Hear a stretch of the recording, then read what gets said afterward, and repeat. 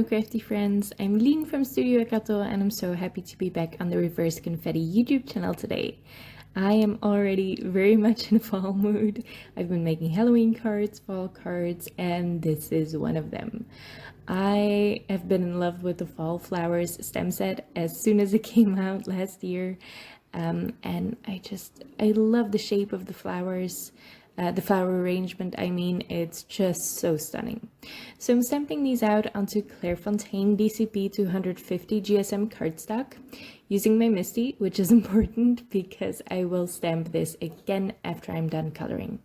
For now, the first time stamping, I am using Memento Tuxedo Black ink, which is an alcohol marker friendly ink, perfect for my new Ohuhu markers.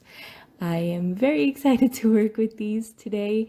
I have made one card before now, so it was an adventure finding all of the color combinations, which is not as easy as it is with Copics because, as with most budget markers, the main drawback of this is that the colors on the caps don't necessarily match the colors that are actually in the markers, and the numbering also doesn't make much sense. Apart from that, these are amazing markers. I think those two things that I just said are the only drawbacks I found, so I think these are definitely worth the investment, which is a lot smaller than Copic markers. So I highly encourage you to try a set, maybe a small set. They have various sizes available, and as you can see, the colors are amazing. The color range is so much better in these than they were in my previous marker set. There's just, well, there's more of them, but also a lot more muted and neutral tones that I love to use for flower arrangements, so perfect for fall. I'm coloring away and I have sped this up quite a bit because I think I spent a little over a half an hour coloring this. I am not yet super comfortable with the brush markers. I used to have bullet nibs, so this is an adjustment, but they work fantastically. Now once I'm done coloring, I am going to put this back inside my Misti to stamp it all again. And you know I love to do this. I love my embossing powder, but it doesn't vibe well with alcohol markers. Alcohol markers can rub away the embossing powder, so that's not great.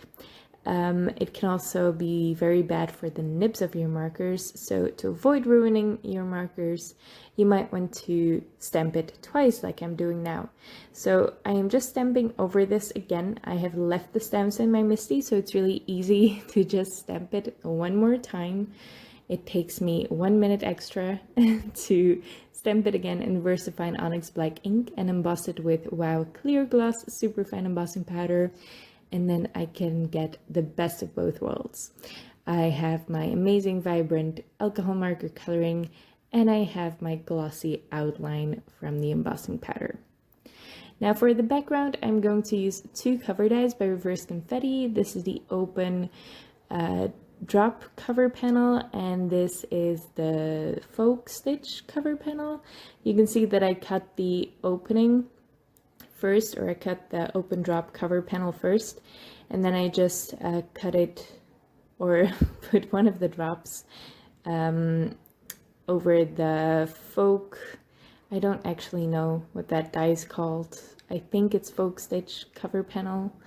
I just die cut that again, so it leaves that beautiful stitched pattern in the drop, and it's a really fun little thing to add to your background. Now I'm adding some ink blending to this. I wanted to stay with the fall tones, and this selection of colors from Pigment Craft Co. is perfect for it. I will list the ink names in the description below as well. Now these do dry back quite a bit, so it looks a lot more vibrant now than it will at the end. Now for my sentiments, I did something very exciting. For the very first time, I'm using my reverse foiling plate.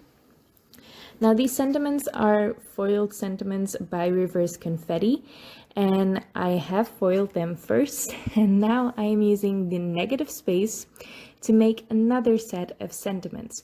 So these are the thank you foil plate and the birthday wishes foil plate from Reverse Confetti. Now I am using the solid hot foil plate by Pink Fresh Studio, and I can just use up the negative spaces of that foil, and this will foil all the foil, but the sentiments itself will be left white. I will show you both sentiment sets in a second. So this is the one I'm going to end up using, just the reverse foiling. And you can see I cut them both out with the matching dies. Each hot foil plate comes in a set with its matching die, so that is very, very handy. And that's the one I'll be using, the reverse foiled thank you. I just love how that turned out. I foiled this with espresso bean foil by Spellbinders. I really love that. It's such a warm tone, very close to black, but not quite. And like I said, very warm, so perfect for fall cards as well. Now I'm layering up the open drop cover panel, and I have inlaid the stitched drop inside, and then I added 3 layers of the cover panel beside that to stack up the frame a little bit. I'm adding my floral elements, which I die cut with the coordinating die set, with some foam tape to prop them up as well.